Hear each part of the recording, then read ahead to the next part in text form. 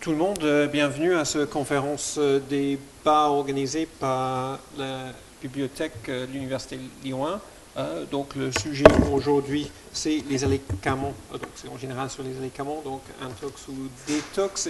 Il va y avoir 3 présentations d'une vingtaine de minutes, suivies par une période de questions. Donc c'est à vous à poser des questions. Donc on va commencer avec Bénédicte Auberti, qui vient de Montpellier. Donc, je ne sais pas si elle vient d'origine de Montpellier, mais elle vient aujourd'hui de Montpellier, de l'Institut agronomique méditerranéen de Montpellier. Et elle va commencer en parlant du comportement des consommateurs face au marché des aliments. Donc, Bénédicte, merci. Merci. Donc, bonjour à tous. Donc, on m'a chargé, donc je remercie évidemment la faculté de Lyon de m'avoir invité à participer à ce débat et que je trouve très très intéressant.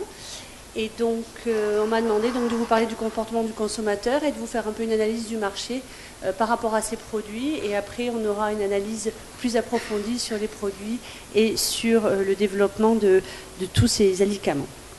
Alors, le comportement des consommateurs face au marché, il m'a semblé important d'abord de définir un petit peu, donner quelques définitions en vitesse de ces aliments. Donc, c'est des produits artificiellement enrichis en nutriments, donc ferments, évidemment, protéines, vitamines, minéraux, etc. Comme vous savez tous, c'est une contraction donc d'aliments et de médicaments. On va voir que ça a une importance et que justement, c'est quelque chose sur lequel il va falloir qu'on travaille énormément. Les autres noms qu'on peut voir, qui sont aussi associés à ces aliments, sont les nutraceutiques.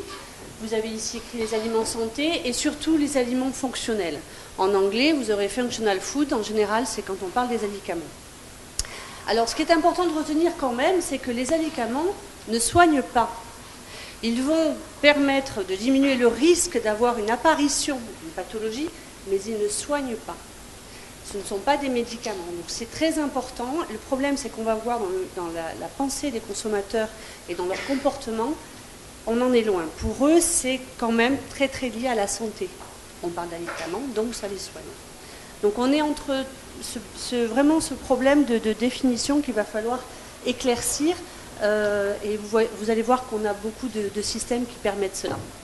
Alors, ces produits intègrent donc une composante santé quand même, et se distinguent des aliments conventionnels par les propriétés qui les rapprochent des médicaments, au-delà de leurs apports nutritifs de base. Donc quand même, ils ont des propriétés, les médicaments, mais ce ne sont pas des médicaments, j'insiste bien là-dessus. L'intérêt de ces aliments fonctionnels, c'est d'être capable d'agir sur une fonction de l'organisme. Et ça, c'est une définition de l'EFSA, qui est l'organisation européenne au niveau sanitaire, de la sécurité sanitaire, et qui définit vraiment la limite en fait de ces produits par rapport aux médicaments.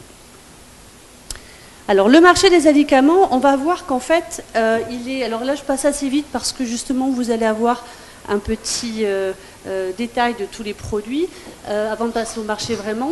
Vous voyez quand même qu'on commence à en avoir un certain nombre et qu'il va être urgent maintenant de limiter en fait le problème justement de les définir comme des médicaments. Alors le marché, je suis allée trop vite. Voilà. Le marché, vous voyez qu'il est quand même très très intéressant. Il est de 70 à 75 milliards de dollars par an. Ça, c'était en 2005 et je pense que même on a continué à augmenter. Ils sont nés au Japon dans les années 80 et actuellement, on est à 40% des nouveaux produits alimentaires qui sont basés sur un alimentaire santé.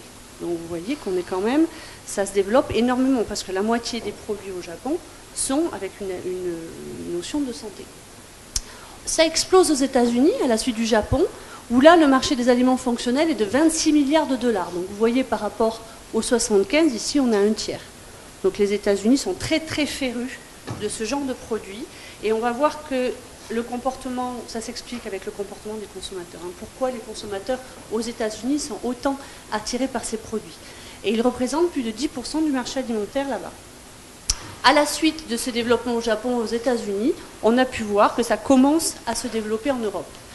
On a encore un frein en Europe parce qu'on a quand même une certaine culture alimentaire qui fait qu'on limite, on freine encore ce genre de produit au niveau du consommateur. Le consommateur aiment quand même bien manger. Il y a vraiment une culture dans différents pays, comme l'Italie, comme la France, comme l'Espagne. Et donc, ça crée une certaine limite pour le développement de ces produits. Mais malheureusement, la tendance va quand même vers ce genre de produits.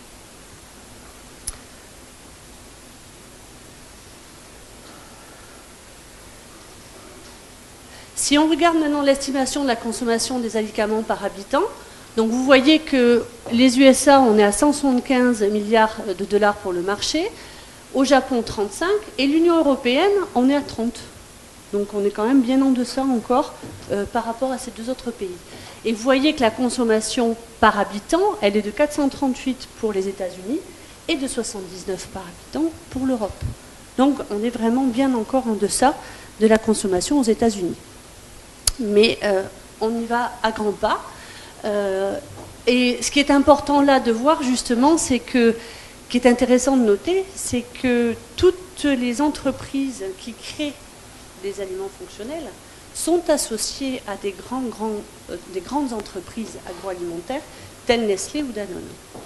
Et on va voir qu'il y a un grand intérêt sur ces marchés-là et que même Nestlé est en passe de créer un institut spécifiquement pour ça, pour développer ce genre de produits.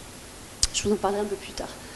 Donc en France, alors là, le marché des aliments fonctionnels, il est à 3 ou 4%, mais vous voyez que pour l'année 2015, on l'annonce à 10% de part de marché.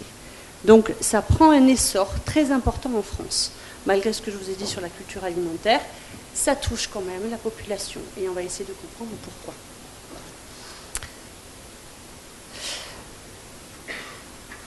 Alors, ce qui était intéressant ici, c'est de vous montrer, en fait, pour la part de marché, comment on les définit.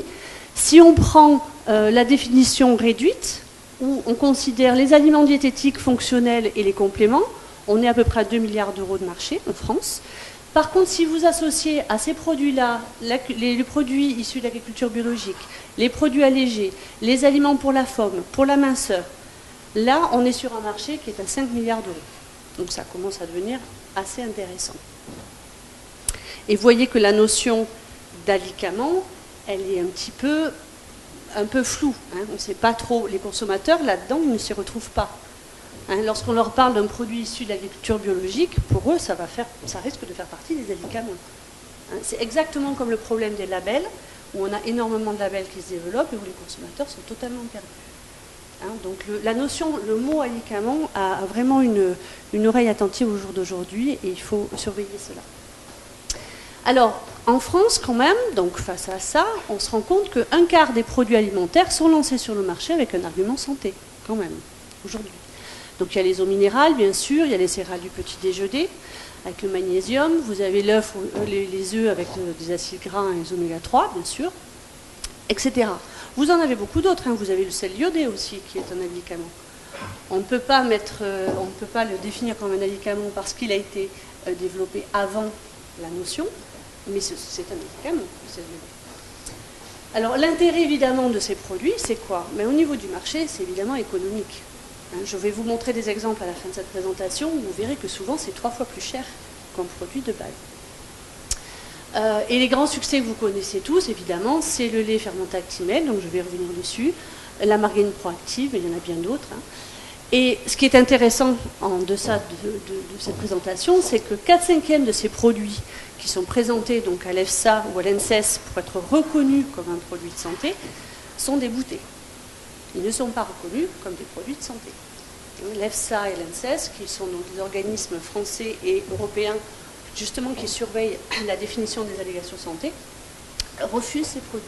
Disant non, ce ne sont pas des aliments santé.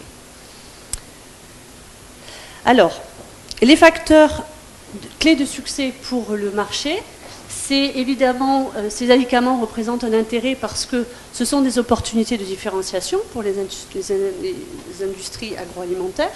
Ça permet d'avoir de nouveaux marchés. C'est une valeur ajoutée importante et de nombreux produits. On peut toucher de nombreux secteurs, que ce soit les liquides, que ce soit les solides, que ce soit les produits de dessert, que ce soit la viande, que ce soit les poissons. On peut jouer sur tous les produits. D'accord ? Donc on a vraiment une marge de manœuvre très très importante qui au niveau économique peut être vraiment très intéressante pour les entreprises. Ça permet aussi une segmentation fine et une tendance à la spécialisation. On voit bien qu'Actimel, par exemple, a développé tout un bastion de produits à la fraise, avec des différents ferments lactiques, avec des noms qui n'en finissent pas à allonge, etc. Et ça marche. Ça marche très très bien auprès des consommateurs. On va voir pourquoi. Ça permet aussi des efforts très importants de recherche et développement. Et donc là, je vais finir sur le côté du marché en vous parlant de cet institut que Nestlé crée au jour d'aujourd'hui, qui s'appelle le Nestlé Institute of Health Science. Et en fait, son objectif, c'est de développer des aliments qui empêcheraient l'apparition de maladies. Donc ils ont bien perçu l'importance de ce marché et ils mettent carrément 415 millions d'euros sur la table en disant on va créer un centre de recherche et comme ça on pourra avoir des preuves scientifiques comme quoi nos produits sont bien intéressants pour la santé de la population. Parce que pour l'instant ils n'arrivent pas à prouver qu'effectivement ces produits peuvent être bons pour la santé. Donc vous voyez quand même c'est un point important. Donc on voit vraiment que c'est un sujet très très porteur et vraiment d'actualité. Donc face à ça on va en venir aux consommateurs. Face à ce marché qui se développe, on va essayer de comprendre ce qui se passe au niveau du consommateur. Donc le consommateur, il a été soumis depuis plus d'un siècle à une industrialisation qui s'est énormément développée, une urbanisation énorme qui joue sur les comportements évidemment, le marketing qui s'est extrêmement développé aussi au niveau alimentaire. Et donc tout ça évidemment, c'est un impact majeur sur nos modes de vie et sur notre alimentation, donc notre façon de nous alimenter.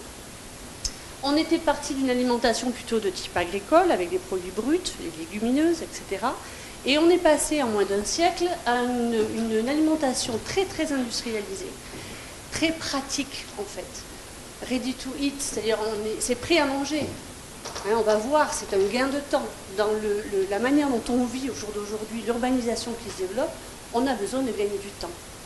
Et donc on cherche des produits qui vont être pratiques et répondre à des demandes qui vont nous aider à nous soigner et à nous permettre d'être en bonne santé.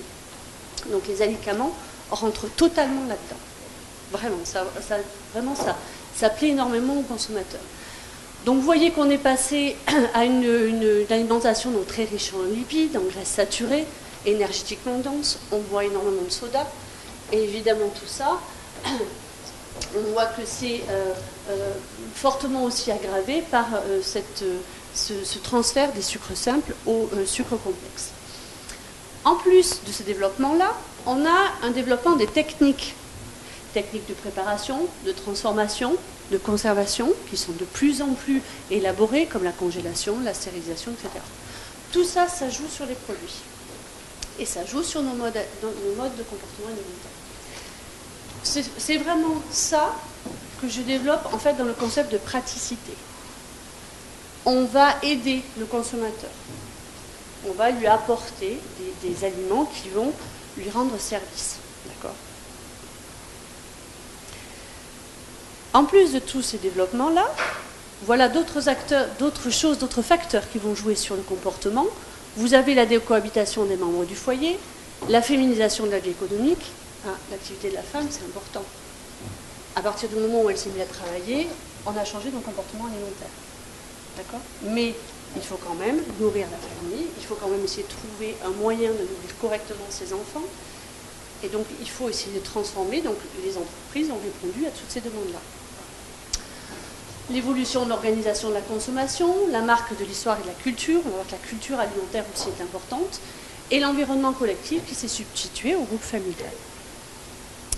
Ça, c'est juste une petite anecdote pour vous montrer à quel point le gain de temps est important.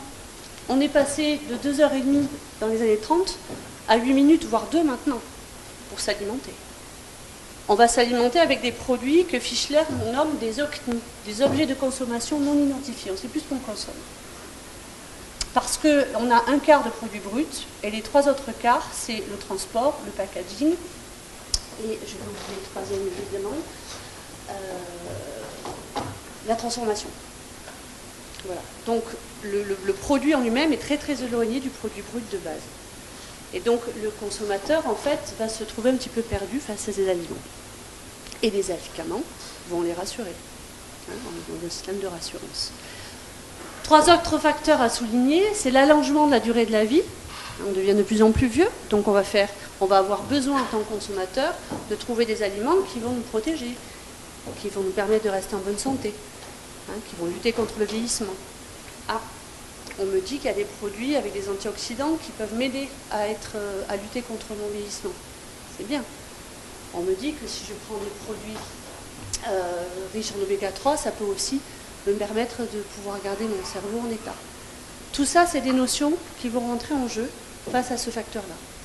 Un autre facteur qui est important, c'est la sédentarité qui se développe avec la malnutrition, la mauvaise alimentation. Et donc, on a cette pandémie d'obésité dont on parle sans arrêt.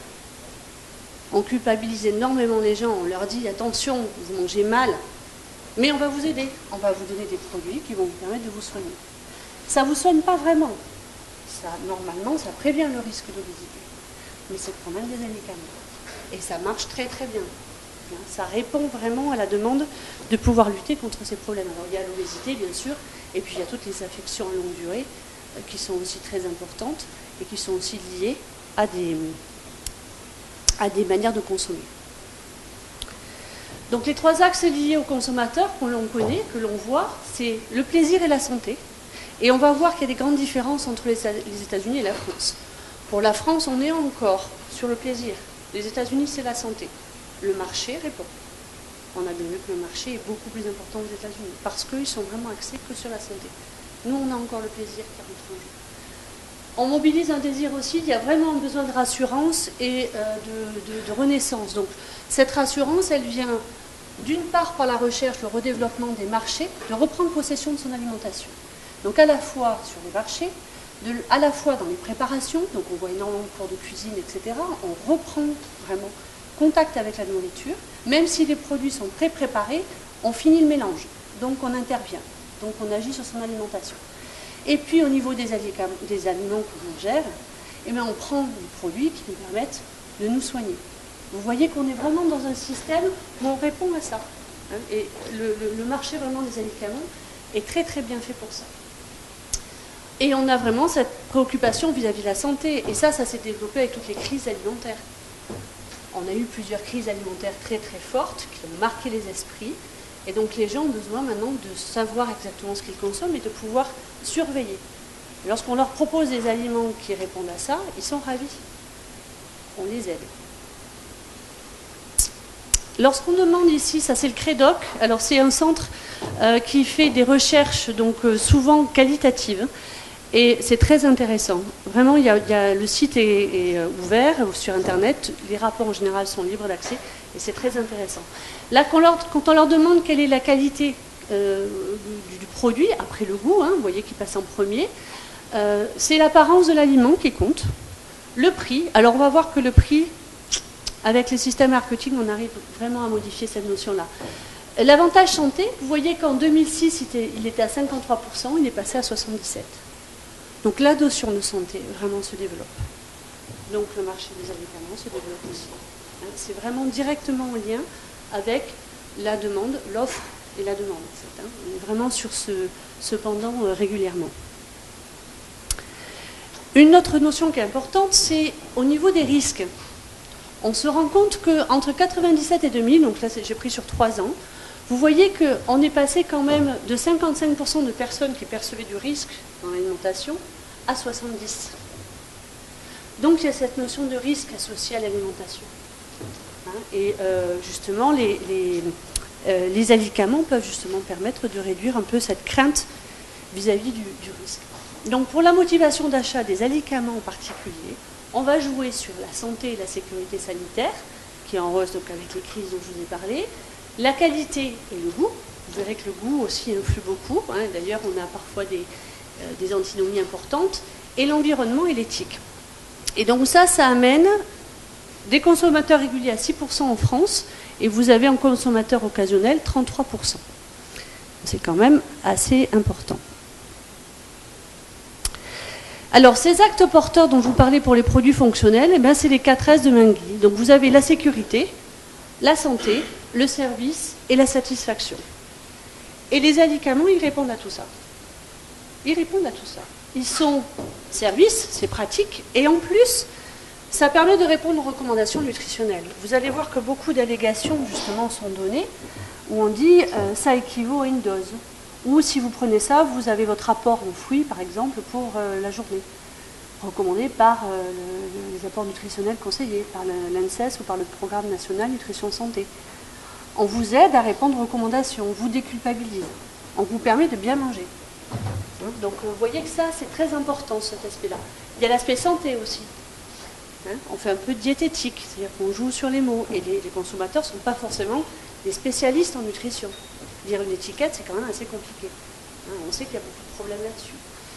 Puis il y a la satisfaction, le plaisir, c'est quand même bon. Les produits sont bons. Actimel, c'est bon. D'accord ? Donc vous avez tous ces axes-là, et donc du coup, le consommateur est très friand de ces produits, et de plus en plus. Vous avez un groupe d'étudiants qui a créé une typologie des consommateurs d'aliments santé. Donc j'ai trouvé ça intéressant de vous sortir ces 3 groupes-là. Ils ont fait ça sur 800 personnes, donc c'est assez représentatif. Et vous avez par rapport à ces produits les accros, qui sont séduits par ces produits, par l'efficacité du produit. Alors, l'efficacité, comment l'évaluer ? C'est un attribut extrinsèque, ce n'est pas quelque chose qu'on peut vérifier. Ou alors il faut des années pour ça. On va faire donc confiance à ce qu'on nous dit, ou aux recherches qui sont faites. Maintenant, vous avez Internet qui permet aux consommateurs de pouvoir être assez connaisseurs, mais il y a encore quand même beaucoup de questions qui se posent. Mais ce groupe-là, donc c'est quand même 24% de l'échantillon, qui dit « je suis séduit, oui ça m'intéresse, effectivement ça répond à ma demande de pouvoir me soigner ». Le goût est important, l'aspect commercial, donc l'innovation, la recherche, et ça touche beaucoup plus de femmes, en général entre 35 et 55 ans, avec une famille et qui est sensible au marketing, au packaging, etc., à la praticité toujours. Le deuxième, c'est les croyants, qui sont convaincus de l'efficacité. Ils disent, ben oui, tout à fait, la nature fait bien les choses, ce sont des produits qui sont bons pour moi, je les achète. Je ne réfléchis même pas. On me dit que c'est bon pour moi, c'est bon pour moi. Très bien. En général, ces personnes-là souffrent de problèmes chroniques, justement, de maladies, de problèmes de cholestérolémie, de diabète, des problèmes cardiovasculaires, etc. Et donc, ils vont aller chercher ces produits-là en priorité. Alors, souvent, ils vont très souvent aussi voir des médecins, des nutritionnistes, des diététiciennes, etc. Ils sont à l'affût vraiment d'informations. C'est vraiment les croyants. Et puis, vous avez les shopping addicts qui, eux, consomment ces aliments santé parce qu'ils apprécient ça, tout simplement. L'aspect santé vient plus haut. C'est plus un effet de mode qu'autre chose. Alors, ce qui est important là, dans le facteur culturel dont je vous parlais, c'est Fischler qui a développé qui a fait cette étude. Il a fait une comparaison entre les États-Unis et la France. Et donc, je reviens par rapport à ce que je vous disais sur le marché. Vous voyez que les États-Unis, en fait, présentent vraiment des différences au niveau des représentations de l'alimentation, des relations, alimentation et santé, et corps et santé. Et donc, les USA, ce sont plutôt des attitudes alimentaires très, très ancrées sur une vision diététique. D'ailleurs, ça m'est arrivé, c'est un exemple d'un ami américain qui est venu, qui est rentré dans une boulangerie avec moi et qui a demandé au boulanger le nombre de calories dans son pain. Vous imaginez la tête du boulanger ici, la manière dont il a réagi. Écoutez, j'en sais rien. Là-bas, c'est automatique. Les commerçants sont au courant. Vous avez des étals à perte de vue dans les magasins avec ce genre de produits. C'est vraiment quelque chose d'ancré pour eux, très important. Et vous avez donc des chewing-gums contre le rhume, des boissons qui empêchent d'attraper le cancer, etc. Ça va très loin. L'association du produit avec le fait de se soigner contre une maladie est claire et nette. Elle est bien définie. En France, on est beaucoup plus prudent. On fait attention à ce genre d'allégations. Et en plus, on a cet aspect de la culture, donc du plaisir, de la convivialité, l'origine des produits, qui restent encore des choses importantes pour nous. Mais on voit qu'on va malheureusement, disons qu'on va plutôt dans l'autre sens.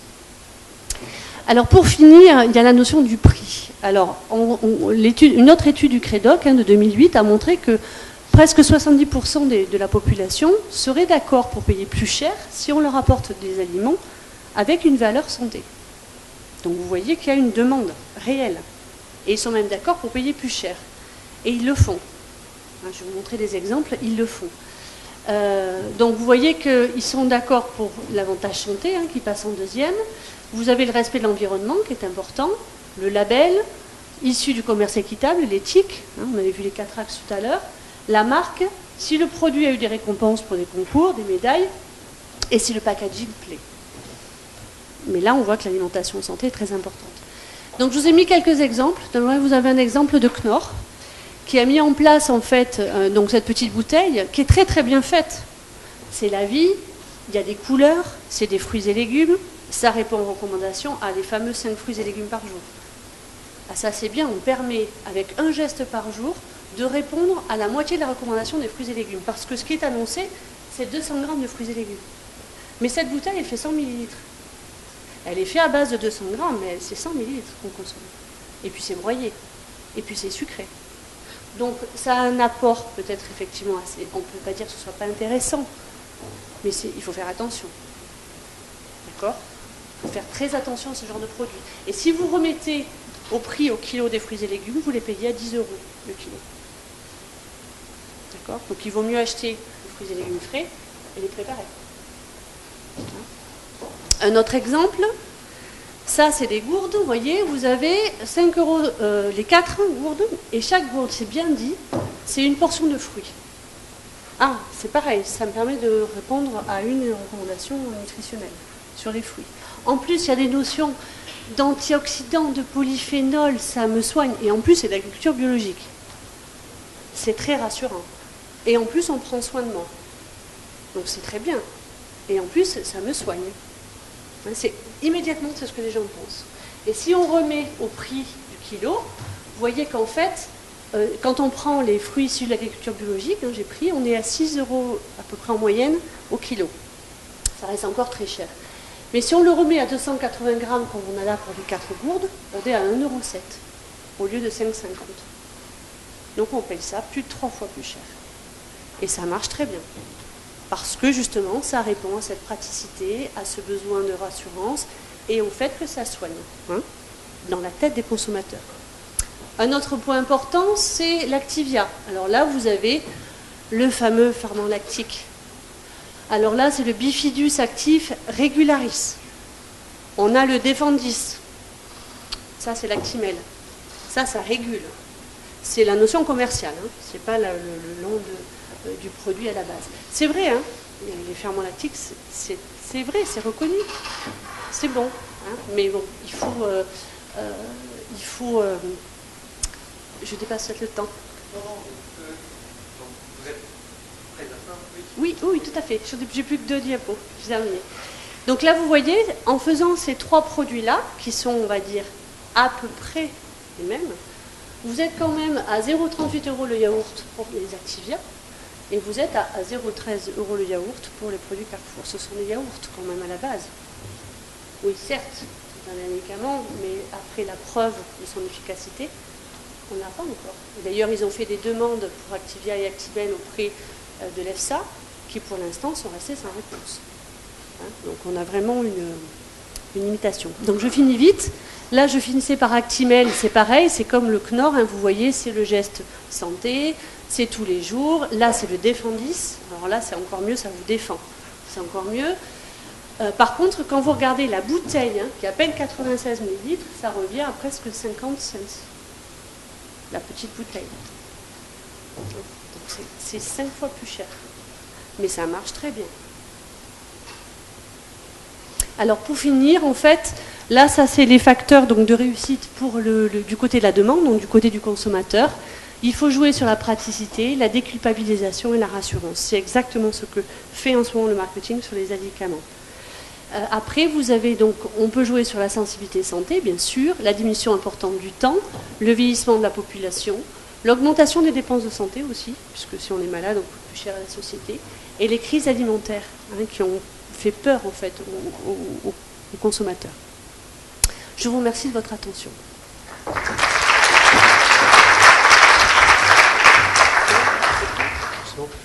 Donc merci. Est-ce qu'il y a des questions précises par rapport à ce que vient d'être présenté? On va avoir le temps à la fin pour prendre des questions pour discuter en général. Donc cette question, mais est-ce qu'il y a des questions précises, quelque chose que vous avez pas compris, ou une question que vous voulez poser par rapport à ce que vient de dire Bénédicte sur les médicaments? Ils ne sont pas encore remboursés par la Sécu, non? C'est pas non. D'accord. Ah oui, donc il y a une question.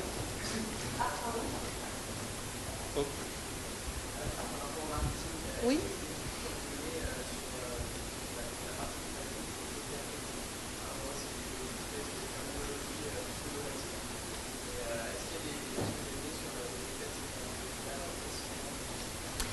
Disons que s'ils sont mis en avant comme ça, nutraceutiques, médicaments, c'est pas pour rien, bien sûr, hein, on va analyser. Après, ici. Ici, comme ça, voilà. Il y a certainement des études qui ont été faites dans certaines entreprises, mais qui ne sont pas forcément libres d'accès. Mais bon, c'est clair que la dénomination a un rôle très très important, bien sûr. Bien sûr, c'est un très bon sujet pour un master, bien sûr. Ça, c'est clair. La notion d'alicament, elle est vraiment, et même d'aliments fonctionnels. On parle d'aliments fonctionnels, donc ils ont une fonction.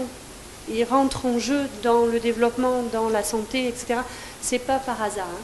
Le défendis, c'est pareil. Hein. Ces notions comme ça, on le régularise.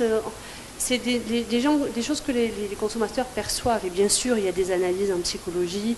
On fait des focus group, souvent dans les analyses, dans les recherches scientifiques, sur la perception de ces mots-là. Et les labels, c'est pareil. Et on joue beaucoup là-dessus, bien sûr. Et le marketing est très très fort là-dessus. Hein, et il joue très bien son jeu.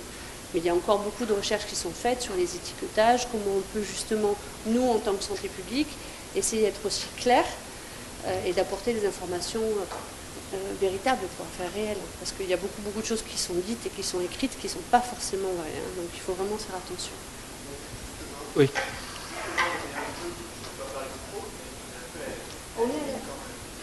Mais je crois qu'en fait, Joëlle, elle va plutôt parler de la définition légale des médicaments et des aliments. Donc, merci beaucoup, Bénédicte. Donc, vous allez revenir pour la suite après les trois présentations. Donc, maintenant, c'est mon plaisir de présenter Joëlle Goudable, qui est professeur ici à Lyon 1, donc à la faculté de pharmacie. Qui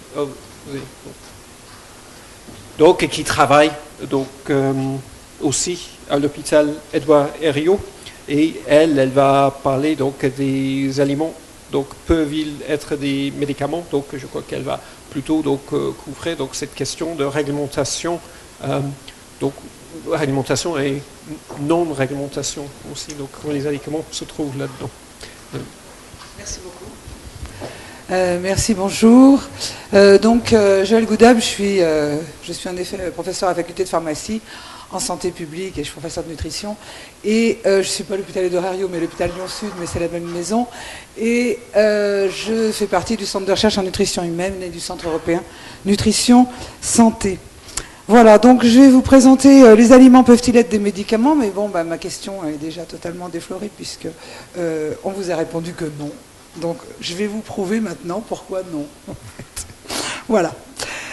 Donc, tout d'abord, pour revenir, c'est un petit peu aussi ce qu'a dit la précédente oratrice, donc un constat.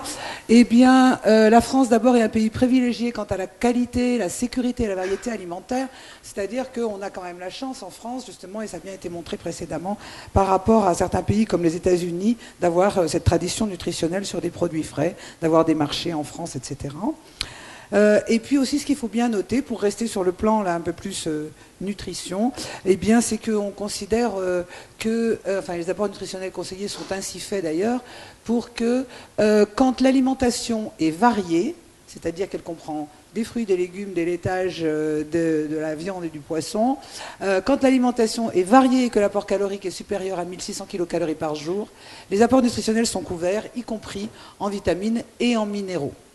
Mais il faut bien sûr que l'alimentation soit de bonne qualité. Malheureusement, le constat, c'est aussi, comme on l'a vu précédemment, eh bien qu'actuellement en France, on consomme trop d'énergie, trop de graisses saturées, trop de glucides simples, pas assez de glucides complexes, pas assez de vitamine C et de calcium. Alors, pour reprendre un petit peu de façon plus précise les définitions et qu'est-ce qu'un médicament, je voulais être sûr qu'on soit bien d'accord sur des définitions et en particulier sur des définitions qui sont totalement légiférées et donc sur lesquelles il n'y a pas trop à hésiter. Alors tout d'abord, on a les aliments naturellement riches, comme la pomme que je vous ai mis en haut, naturellement riche en fibres ou naturellement riche en vitamine C. On a, deuxième point, des aliments enrichis ou supplémentés, c'est surtout ce qu'on a vu et ce dont on a parlé tout à l'heure, et qui sont le plus souvent assimilés aux alicaments, mais pas que, donc justement.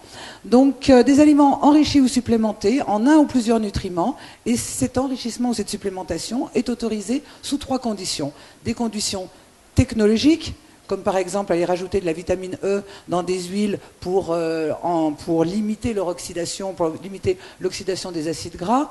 Ça, c'est des conditions technologiques. Des conditions épidémiologiques, c'est le cas justement du sel iodé ou du sel fluoré, parce qu'on considère que sur le plan épidémiologique en France, il y a un risque de subcarence en iode ou en fluor. Donc ça, c'est des conditions épidémiologiques. Et enfin, des conditions diététiques. C'est ce que je vous ai mis à côté en vous mettant le danacol, par exemple, qui est supplémenté en phytostérol. Ensuite, 3e type de produit, les compléments alimentaires, c'est ce que vous voyez en haut à droite, c'est-à-dire ce sont souvent appelés justement des nutraceutiques, mais les compléments alimentaires en tant que tels ont une définition précise depuis la directive européenne de 2002. Avant, c'était sans législation, c'était des denrées alimentaires comme les autres. Maintenant, ce sont toujours des denrées alimentaires, mais particulières, puisqu'elles sont destinées à compléter l'alimentation normale. Donc c'est une source concentrée de nutriments pour l'alimentation normale. Elles peuvent contenir des plantes, mais à condition que les substances soient chimiquement définies. Les suppléments nutritionnels ou compléments nutritionnels oraux, qui sont une branche particulière avec une législation particulière, qui sont utilisés par exemple pour les personnes âgées, pour les personnes malades, et qui sont un apport très concentré, soit de calories, soit de protéines, soit les deux. Et puis j'ai mis quand même la phytothérapie parce que finalement, il y a pas mal de gens dans le public, on n'en a pas parlé tout à l'heure avec le consommateur, mais qui confondent un petit peu le complément alimentaire avec la phytothérapie ou bien le complément alimentaire ou l'aliment enrichi avec la phytothérapie. La phytothérapie également, c'est une législation très particulière avec une autorisation de mise sur le marché. Même si c'est une autorisation de mise sur le marché qui est allégée par rapport à celle des médicaments, ça a tout de même un statut de médicament. Alors vous voyez que dans ces définitions, je ne vous ai pas mis l'alicament, parce que l'alicament, ça n'a pas de définition légale. L'alicament, c'est un mot marketing, justement, qui allie bien sûr, et ça se comprend bien, l'aliment et le médicament. C'est pour que tout le monde le comprenne qu'on a choisi ça. Donc l'alicament n'a pas de définition légale. Il peut être un aliment riche en... Par exemple, on parlait tout à l'heure du jus de grenade. Le jus de grenade, c'est un aliment riche en, il n'est pas enrichi, et il peut être considéré comme un alicament. Donc, ça peut être un aliment riche en quelque chose, en un produit particulier, un antioxydant, par exemple, un aliment enrichi ou supplémenté, comme le danacol que je vous ai montré, ou bien également un complément alimentaire, puisque les compléments alimentaires sont des denrées alimentaires. Donc, un alicament, ça peut être tout ça. Dans l'esprit du public, c'est assez rarement le complément alimentaire, c'est beaucoup plus souvent un aliment riche en ou enrichi en. Mais si vous voulez, ce que je voudrais que vous reteniez, c'est que l'alicament, ça n'a pas de définition légale, et que l'alicament, le mot alicament, c'est un mot purement marketing pour être bien compris du public, et finalement le public l'a bien compris, puisque ce mot qui existe quand même depuis plus de 12 ans, est bien resté et maintenant évoque bien quelque chose à l'ensemble du public. Alors finalement, aliments, médicaments, donc les aliments ou les denrées alimentaires sont destinés à l'alimentation de la population et de toute la population, quel que soit l'âge, quel que soit l'état de santé. Donc les denrées alimentaires ont une législation qui leur est propre. Les médicaments, bien sûr, ont une définition précise. Ils ont surtout, par rapport aux aliments, une obligation de mise sur le marché, c'est-à-dire que les médicaments doivent prouver, avant d'être mis sur le marché, qu'ils ne sont pas toxiques. Alors que des aliments, pour les retirer du marché, il faut prouver qu'ils sont toxiques. Le concept est totalement différent. Et en plus, c'est l'industrie du médicament qui doit prouver que le produit n'est pas toxique, alors que c'est l'État, l'ANSES par exemple, qui doit prouver que le produit est toxique pour le retirer. Donc c'est vos impôts, mais c'est pas pareil. Voilà. C'est un concept complètement différent et qui du coup fait fondamentalement quelque chose de différent dans la conception entre le médicament et l'aliment. Surtout quand il s'agit des compléments alimentaires qui sont des denrées alimentaires comme les autres, où justement il y a encore plus ce flou entre médicaments et aliments.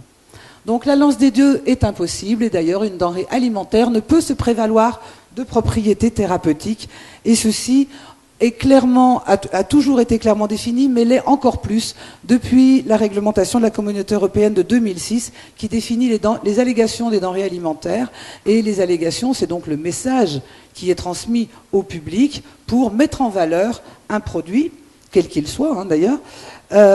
Donc ces allégations, il est clairement dit dans la réglementation que ces allégations ne peuvent jamais être thérapeutiques. C'est-à-dire qu'aucune denrée alimentaire ne peut se prévaloir de prévenir, guérir ou traiter quelque chose.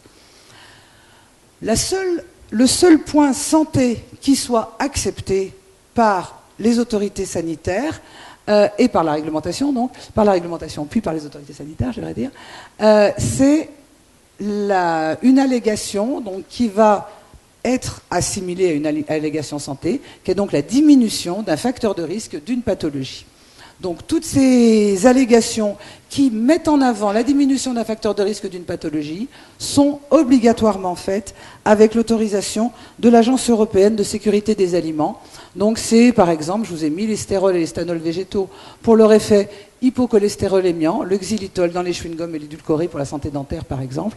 Et là tout de suite on voit, je croyais que j'avais mis plus haut, on voit qu'en fait ce ne sont pas des aliments qui vont avoir des allégations santé, ce sont des nutriments.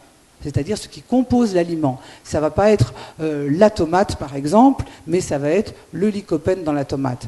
Comme là, on va parler des stérols et des stanols végétaux, on va parler du xylitol. Ce sont des nutriments ou des produits chimiquement définis qui peuvent avoir une allégation santé. Ce n'est pas l'aliment dans son ensemble. Donc, voilà, c'est ce qui me semblait. Donc, jamais pour un aliment, toujours pour un nutriment. Donc, après avoir un petit peu situé le débat, j'ai choisi, après avoir hésité d'ailleurs, plutôt que de survoler un petit peu tout, j'ai choisi de vous parler d'un seul nutriment. Bien sûr, après vous pourrez poser des questions. D'un seul nutriment, les acides gras oméga 3, parce que finalement, ce sont des nutriments qui sont particulièrement intéressants en nutrition, bien sûr, et parce qu'on les retrouve à la fois dans des aliments riches en oméga 3, dans des denrées alimentaires enrichies en oméga 3, dans des compléments alimentaires et également dans des médicaments. Donc j'ai choisi de prendre cet exemple pour que vous voyez un petit peu comment on peut dire qu'un alicament, donc une denrée alimentaire riche en un nutriment particulier, peut avoir une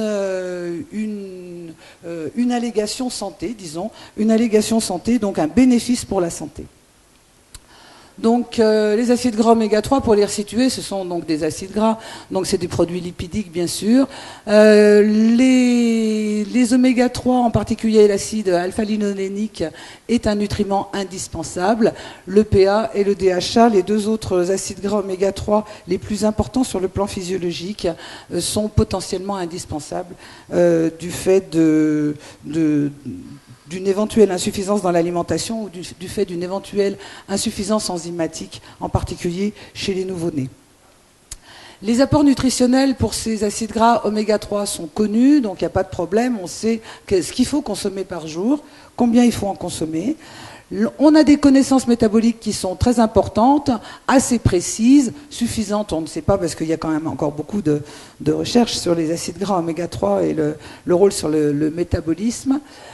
Mais tout de même, on reconnaît un certain nombre de rôles physiologiques sur ces acides gras oméga 3, en particulier le rôle sur la fluidité membranaire et puis le rôle sur la synthèse d'un certain nombre de composés, en particulier le thromboxanate 3 qui est un anti-agrégant plaquettaire et puis les eicosanoïdes de la série 3 qui ont une action anti-inflammatoire. Donc justement, si j'insiste là-dessus, c'est parce qu'à partir de ces propriétés physiologiques, on va développer des allégations santé ou faire des demandes d'allégations santé à partir de ce rôle physiologique. Alors le rôle santé, ça c'était donc la physiologie que je vous ai montré, le rôle santé, il est reconnu pour les oméga 3 pour lutter contre les hypertriglycéridémies et donc il est reconnu pour la prévention secondaire de l'infarctus du myocarde et pour la diminution du risque de maladies cardiovasculaires. Il est encore discuté pour le rôle anti-inflammatoire et puis pour le rôle dans la dépression, en particulier la dépression du postpartum et la dépression de la personne âgée, comme on va le voir juste après. Mais bien sûr, là va se poser la question fondamentale, à quelle dose nutritionnelle, thérapeutique, puisque ces acides gras peuvent être soit sont rencontrés dans l'alimentation, ont des apports nutritionnels reconnus, donc une dose nutritionnelle, mais aussi peuvent avoir un rôle thérapeutique quand ils sont à plus forte dose. Donc, pour illustrer ceci, je vous présente deux corrélations. Tout d'abord, une corrélation qui fait partie en épidémiologie du premier type d'étude et celui qui apporte le moins de preuves, c'est-à-dire l'étude de corrélation qui est vraiment très grossière, où on peut corréler tout et n'importe quoi. Mais là, voilà, donc, où on étudie par pays la consommation de poissons, les poissons étant riches en oméga 3, la consommation de poissons avec la prévalence de la dépression nerveuse. Donc vous voyez où se situe la France, avec une consommation plutôt moyenne basse en poisson, et puis une prévalence de la dépression qui est importante. Donc bien sûr, il est assez facile, et les médias ne se gênent pas pour le faire, de dire bon, eh bien donc il y a une relation, etc. Donc bien sûr, sur une étude de corrélation, il y a beaucoup trop de facteurs de confusion qui sont possibles, et on ne peut jamais avoir non seulement de certitude, mais même d'hypothèse à partir d'une étude de corrélation. Donc ça, c'est vraiment la corrélation la plus large qu'il puisse y avoir. Une autre étude de corrélation un petit peu plus précise, parce que là, elle a été faite sur 14 000 femmes qui allaitaient, où on a fait une corrélation entre la dépression du postpartum et la concentration en oméga 3 du lait maternel, le lait maternel étant le reflet au niveau des oméga 3, pas de tout, mais le reflet de la consommation de la mère. Donc cette étude de corrélation montrait un petit peu la même chose que précédemment, c'est-à-dire que plus on consomme des oméga 3, plus il y a des oméga 3 dans le lait bien sûr, donc, mais plus on consomme des oméga 3 et moins on a de risque d'avoir une dépression. Mais là aussi, ce n'est qu'une étude de corrélation, donc sur laquelle on ne peut absolument pas arguer et proposer des allégations santé pour la dépression nerveuse à partir de ce type d'étude de corrélation. Bien sûr, en épidémiologie et en études cliniques, il faut beaucoup d'autres choses, beaucoup plus précises qu'une étude de corrélation. Donc finalement, maintenant je vous ai montré quels étaient les rôles vraiment des oméga 3 en physiologie et en pathologie, eh bien l'EFSA, donc l'agence européenne, qu'est-ce qu'elle reconnaît aux oméga 3 comme faculté? Donc les allégations fonctionnelles, je vous ai mis le sigle de l'EFSA, je vous conseille, si vous avez besoin de renseignements, quels qu'ils soient en nutrition, ne pas hésiter à aller sur le site de l'AFSA ou bien sur celui de l'ANSES, qui est le correspondant français, qui est l'agence de sécurité sanitaire en France, qui a remplacé l'AFSA. L'EFSA, en ce qui concerne les allégations santé, justement toutes les relations santé avec denrées alimentaires, c'est vraiment eux qui ont la main sur toutes les autorisations d'allégations santé, avec souvent des dossiers scientifiques qui sont vraiment intéressants.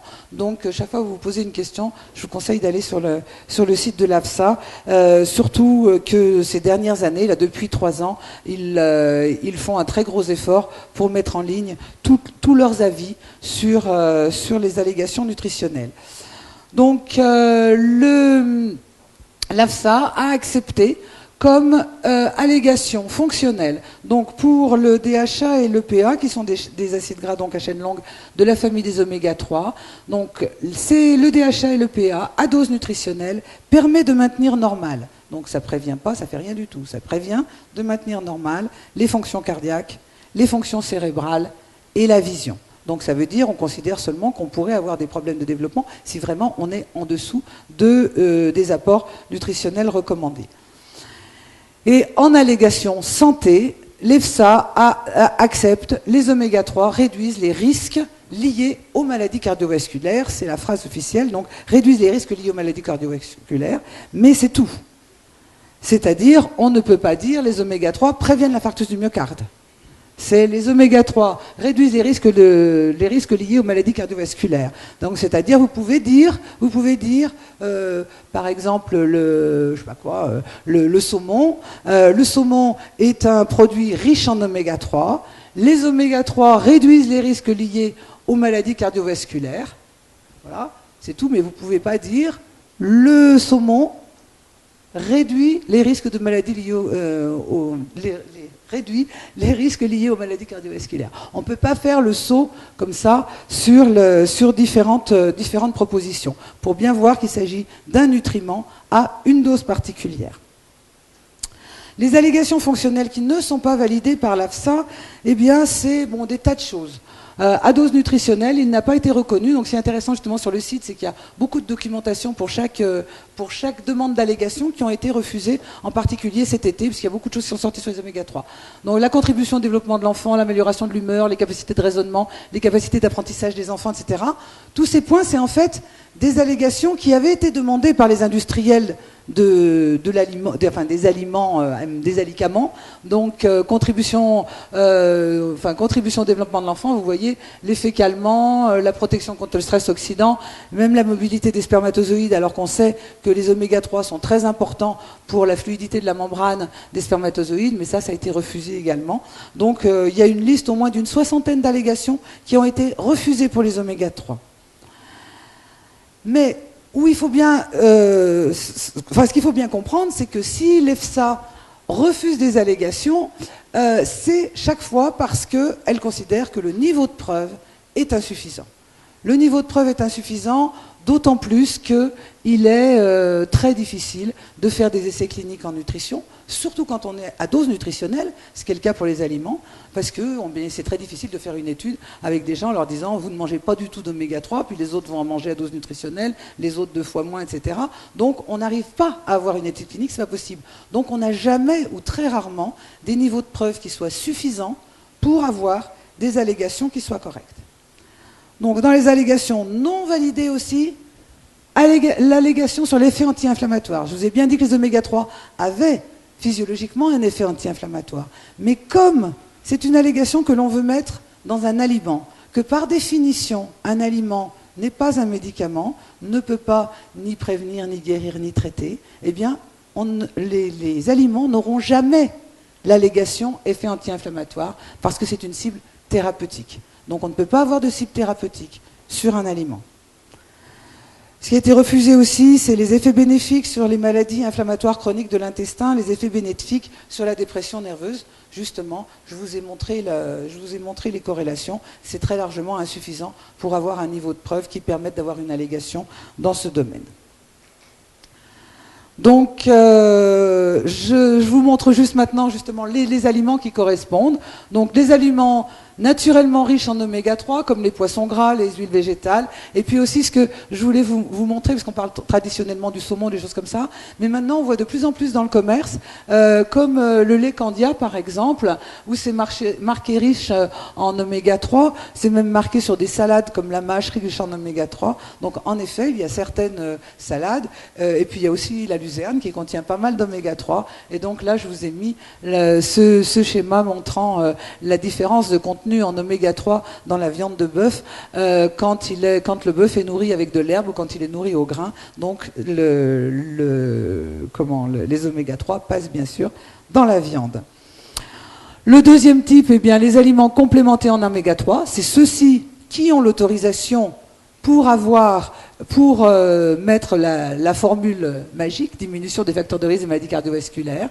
Ce qui est aussi autorisé par l'AFSA, c'est l'aliment support, comme par exemple, donc ici, les matières grasses. Les oméga 3 étant des lipides, bien sûr, il faut les mettre dans des phases lipidiques. Et aussi, pour éviter d'avoir des surdosages, prendre comme aliment support quelque chose où on est sûr qu'il n'y aura pas trop d'excès. C'est-à-dire la margarine, il y a peu de chances que les gens se mettent à en manger 250 grammes par jour.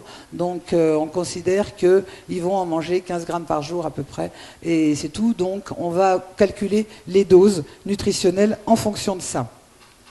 C'est la même chose pour les phytostérols, donc je vous ai parlé au début. Troisième catégorie, les compléments alimentaires, où là, bien, vous voyez, je vous ai mis sciemment, je sais pas, on voit peut-être pas très bien, mais les mots pour contourner l'interdiction de l'allégation santé, et en particulier l'allégation sur la dépression nerveuse. Vous avez un produit qui s'appelle Calme et Sérénité, l'autre qui s'appelle No Stress. Voilà, on ne parle pas de dépression, on ne dit pas que ça guérit, on ne dit pas que ça prévient, mais seulement le produit s'appelle Calme et Sérénité ou s'appelle No Stress. Et puis les oméga 3 aussi, allégation non reconnue, mais on en entend la publicité sans arrêt pour, je ne sais plus comment ça s'appelle, un produit, puisque c'est Novalgique ou je ne sais pas quoi. Et bon, comme ce produit-là, oméga 3 glucosamine, c'est pas non plus aussi pour lutter contre l'arthrose, c'est pour faciliter la souplesse des articulations, ou si vous avez les articulations sensibles, prenez ce produit. Donc voilà, donc ça c'est les formules les plus contournées, c'est les compléments alimentaires. Voilà. Et puis, eh bien, pour finir, les médicaments. Parce que les oméga 3 sont des médicaments. Il existe un certain nombre de spécialités qui ont toute une AMM, qui ont comme indication principalement la diminution de la triglycéridémie. Parmi toutes les spécialités, il n'y en a qu'une seule qui soit remboursée par les organismes, enfin, par la sécurité sociale. Donc c'est l'Omacor. Et il est remboursé uniquement dans la prévention de l'infarctus du myocarde, avec quand même des effets indésirables, puisque là on est à des doses qui sont très élevées par rapport à l'alimentation, et en particulier l'augmentation du temps de saignement. Les risques de toxicité aiguë et de chronique avec les alicaments, pratiquement pas. Parce que bon, c'est quand même des aliments avant tout, on rajoute dedans des nutriments, donc toxicité aiguë jamais, sauf si on s'est trompé de produit, toxicité chronique faible. Un petit peu différent sur les compléments alimentaires, mais bon. Le niveau de preuve est largement insuffisant, peu d'études cliniques valables, surtout chez l'homme. Pas d'études dans toutes les catégories de population, donc faites attention, parce que même si on a étudié un nutriment, eh bien on va l'étudier, je vois bien au Centre de recherche en nutrition humaine Rhône-Alpes, quand on fait un appel au peuple pour faire un essai sur un aliment, qu'est-ce qui se passe ? C'est les étudiants qui répondent, parce qu'il y a 3 sous quand même à gagner. Donc, bien sûr, je vois bien notre panel, il a entre 18 et 25 ans. Donc voilà. Donc, c'est difficile d'avoir des enfants, d'avoir des personnes âgées, d'avoir des gens malades. Les alicaments peuvent donner une fausse impression d'équilibre, et je pense que ça a été bien montré tout à l'heure, où en effet, on donne bonne conscience aux consommateurs. Donc, ils ont l'impression de bien manger, en fait, c'est pas franchement sûr. Attention aux pathologies, donc bon là ça mériterait autre chose, mais c'est l'utilisation des antioxydants dans les traitements anticancéreux. Attention aux gros consommateurs, on ne sait jamais. Attention aux multiplications de doses, parce que les oméga 3, c'est ce qu'il y a de pire, c'est comme les oméga 3, ça peut se mettre à toutes les sauces, dans le vieillissement cutané, dans les douleurs articulaires, dans la dépression nerveuse, etc. Vous allez prendre un complément alimentaire pour ceci, un autre pour cela, un troisième pour autre chose, et puis finalement, c'est la même chose dedans, et vous prenez, et vous êtes quasiment à la dose thérapeutique, et non plus, il suffit que vous mangiez en plus du saumon tous les 2 jours, vous êtes à la dose thérapeutique, et non plus à la dose nutritionnelle. Attention aux plantes exotiques, ça c'est de façon générale, on fait dire beaucoup de choses aux plantes exotiques, mais finalement, qui, chez un fabricant, est capable de reconnaître une plante sèche s'ils n'ont pas un pharmacien qui contrôle les matières premières? Voilà. Donc, encore un pharmacien qui a fait beaucoup de pharmacognosie. Donc, il faut faire attention aux plantes exotiques, à savoir simplement que les décès et les plus gros procès ont eu lieu sur justement des erreurs de plantes, quand même. C'est pour ça que je le note. Donc en conclusion, un aliment ne peut pas être un médicament, pour répondre à la question de départ. Un aliment peut permettre d'atteindre un meilleur équilibre alimentaire, et l'équilibre alimentaire permet de prévenir un certain nombre de maladies chroniques. Mais là aussi, l'alimentation, il faut quand même la replacer dans le contexte général, donc bien penser à mettre l'alimentation face à une consommation excessive d'alcool, face à une consommation de tabac, face à l'absence d'exercice physique, etc., etc. L'alimentation, même si c'est tous les jours et 3 fois par jour, eh bien on fait aussi d'autres choses dans la journée, et donc c'est quand même un tout au milieu de l'environnement général pour la santé.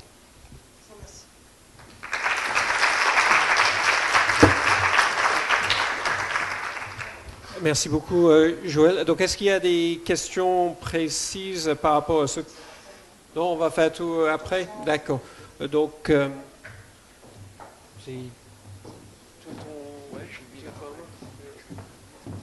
d'accord. Donc, moi, je ne me suis pas encore présenté. Moi, je suis Jonathan Simon. Je fais Histoire des sciences à l'Université Lyon 1.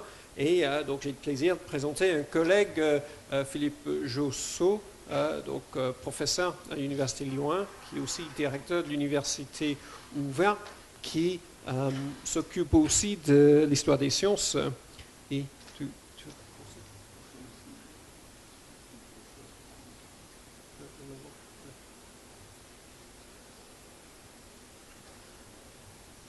D'accord, donc il va parler du médicament ou toxique, sur l'histoire du médicament.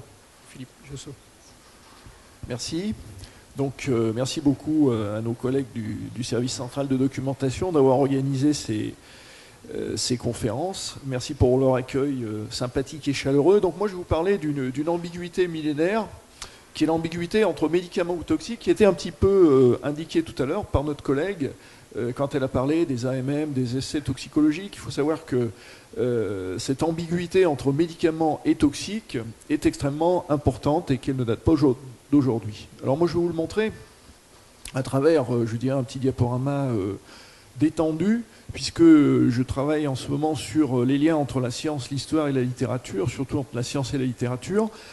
C'est un domaine de recherche qui a déjà été pas mal exploré, vous voyez, d'une part de la part des littérateurs, hein, et d'autre part de la part des scientifiques, donc d'essayer de croiser les données qui nous sont apportées par ces différents secteurs, je dirais, non pas ces secteurs disciplinaires. Voilà. Alors on trouve dans la littérature, et en particulier je prendrai des exemples dans la littérature extrêmement populaire, voire la littérature dite de gare, on trouve dans la littérature justement des allusions à la toxicologie.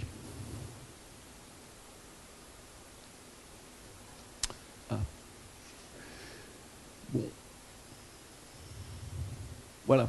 Alors, en ce qui concerne les exemples de principes à la fois actifs et toxiques naturels que je vais présenter, j'ai bien entendu restreint le champ d'investigation. Alors, il faut d'abord savoir que il existe dans le public, je dirais, une croyance quasi magique quelquefois, qui est celle-ci: tout ce qui est naturel n'est pas toxique. Donc quand c'est naturel, c'est pas toxique, c'est pas dangereux. On vous dit très souvent non, c'est naturel, donc il n'y a pas de danger.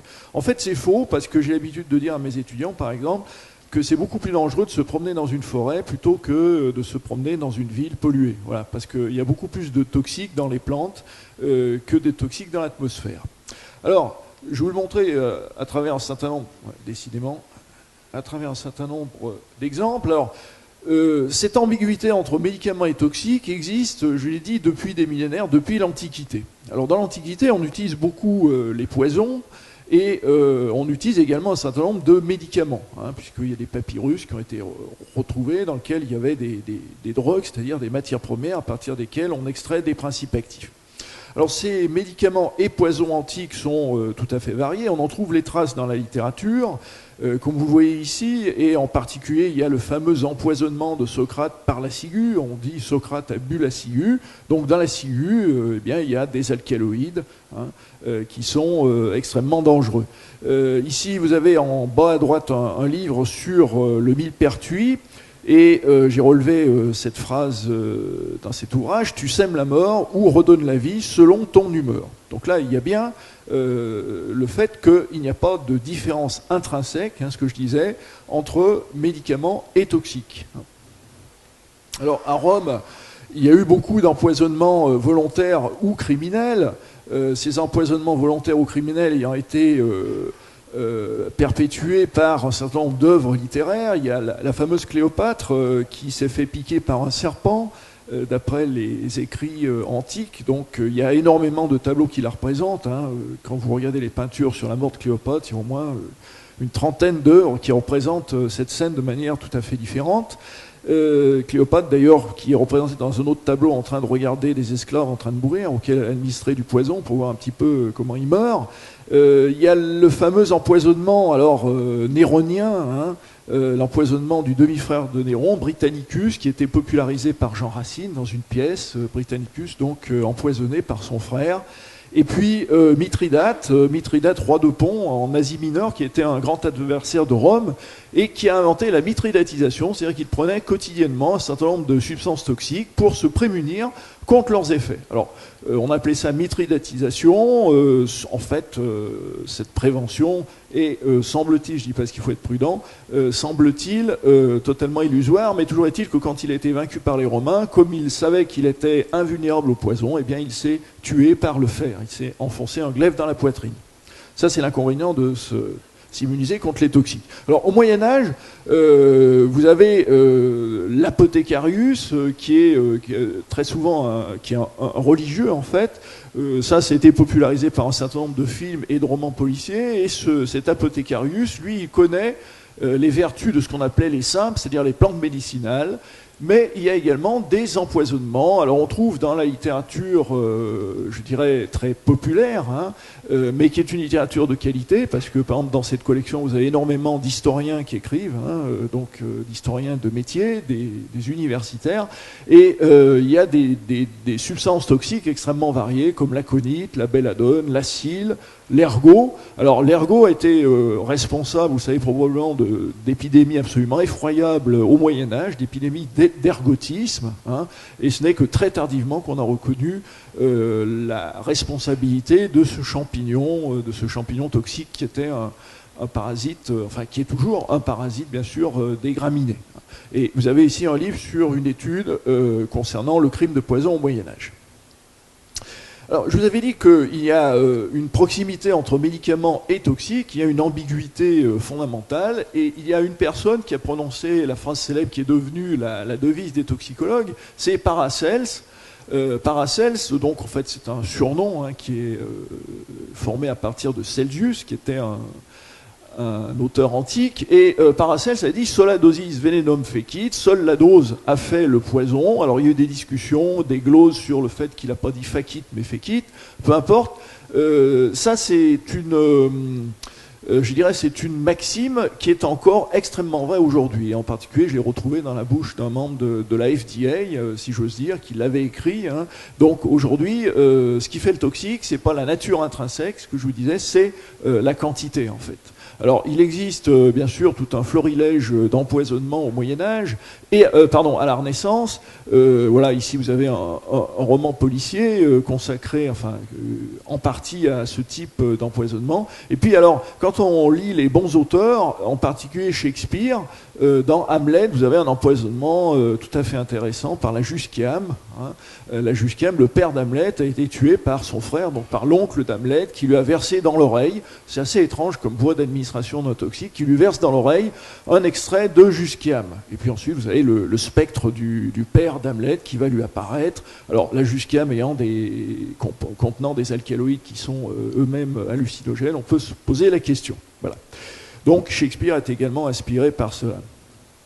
Alors, quand on regarde également la découverte du Nouveau Monde, donc des Amériques, va permettre de découvrir deux nouvelles plantes qui contiennent des substances à la fois à vertu thérapeutique et à vertu toxique. Alors, en particulier le curare, que les conquistadors avaient surnommé la mort volante, parce que quand ils attaquaient des indigènes, eh bien ceux-ci répliquaient en lançant avec leurs sarbacanes des fléchettes enduites de curare, et ils tuaient donc leurs ennemis. Et puis en bas à droite, la coca, qui contient de la cocaïne, les feuilles du cocaïer contiennent de la cocaïne, et ces feuilles d'ailleurs ont été utilisées par les Indiens au moment où ils ont été asservis par les Espagnols, qui travaillaient à ce moment-là très dur dans les mines, et ils utilisaient ces feuilles de coca comme tonique, ils les mâchaient. Bon. Et puis au centre, vous avez donc une image symbolique qui est la pharmacie, qui va recevoir symboliquement des plantes médicinales qui lui sont apportées par le Nouveau Monde. Au XVIIe siècle, il y a un événement important qui est la fondation du Jardin royal des plantes médicinales, qui va devenir notre Muséum national d'histoire naturelle, qui est à Paris, comme chacun sait. Et dans ce jardin du roi, eh bien, on va cultiver des simples, c'est-à-dire des plantes médicinales, à partir desquels on va extraire d'ailleurs, de manière au début rudimentaire, des principes actifs médicamenteux. Je ne rentre pas dans le détail de cet établissement. Ce qu'il faut dire, c'est qu'au XVIIe siècle, à l'époque de Louis XIV plus précisément, il va y avoir une affaire extrêmement importante qui est l'affaire des poisons. Cette affaire des poisons, à l'époque, tout le monde, j'allais dire, s'empoisonnait allègrement. Il y avait également toute cette ambiguïté, c'est-à-dire qu'on vendait des substances extraites en particulier de plantes, mais quelquefois d'animaux, comme filtre d'amour.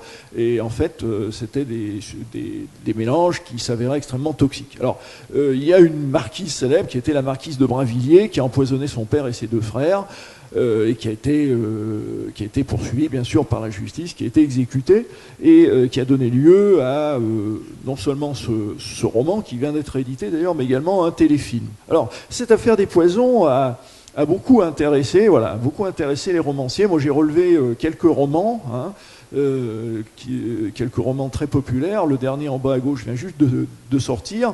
Quelques romans qui sont, je dirais, consacrés ou qui ont pour fond cette fameuse affaire des poisons. Cette fameuse affaire des poisons, donc, qui a énormément inspiré la littérature. Alors, décidément. Voilà, au XVIIIe siècle, le siècle des Lumières, qu'est-ce que l'on peut dire ? Eh bien, il y a toujours cette cohabitation entre médicaments et poisons. Ici, symboliquement, j'ai mis en regard l'apothicaire de Londres et puis un ouvrage qui est consacré à l'étude des crimes et de leur imaginaire au XVIIIe siècle. Et vous avez donc une belle jeune femme qui met le bras sur un homme qui est probablement un apothicaire ou un chimiste, et vous avez cette espèce de symbolique entre la vieillesse, la jeunesse, le poison, le médicament. Donc on peut y trouver un petit peu tout ce qu'on veut. Au XVIIIe siècle, je prendrai un seul exemple, William Whistling, un Anglais, va codifier l'utilisation des feuilles de digital qui ont des effets cardiotoniques. Donc ça, c'est un événement important. Cette plante était déjà un petit peu utilisée, un petit peu connue auparavant, mais c'est lui qui vraiment va codifier la thérapeutique digitalique. Cinément, je suis... Voilà, au XIXe siècle, la chimie analytique va faire des progrès considérables au début du XIXe siècle, et elle va être utilisée non seulement en pharmacie pour extraire des principes actifs, mais également en toxicologie pour détecter les substances toxiques. Alors, je me suis centré sur les produits naturels, je vous l'ai dit, c'est-à-dire des dérivés qui sont des terpènes, qui sont des alcaloïdes, qui sont des hétérosides. Ici, vous avez en haut à gauche l'utilisation d'un appareil par la méthode qui est la méthode de Marsh, qui permet de détecter la présence d'arsenic. Parce que l'arsenic, donc poison minéral, a été très utilisé comme poudre de succession. Alors, au XIXe siècle, on va extraire de nombreux alcaloïdes. Il y a bien sûr Pelletier et Caventou, célèbres pharmaciens qui sont considérés comme des bienfaiteurs de l'humanité et qui ont été abondamment timbrifiés, qui vont extraire la quinine. Ils vont extraire également la strychnine, qui est une substance extrêmement toxique, mais qui a eu autrefois quelques petites indications thérapeutiques, à faible dose, bien sûr. Et puis, un pharmacien allemand, Serturner, va extraire la morphine à partir du latex du pavot opium, à partir de l'opium, extraction de la morphine. Donc on peut dire que le 19e siècle va être le siècle d'or de l'isolement des principes actifs et du développement de la chimie analytique, pharmaceutique et toxicologique.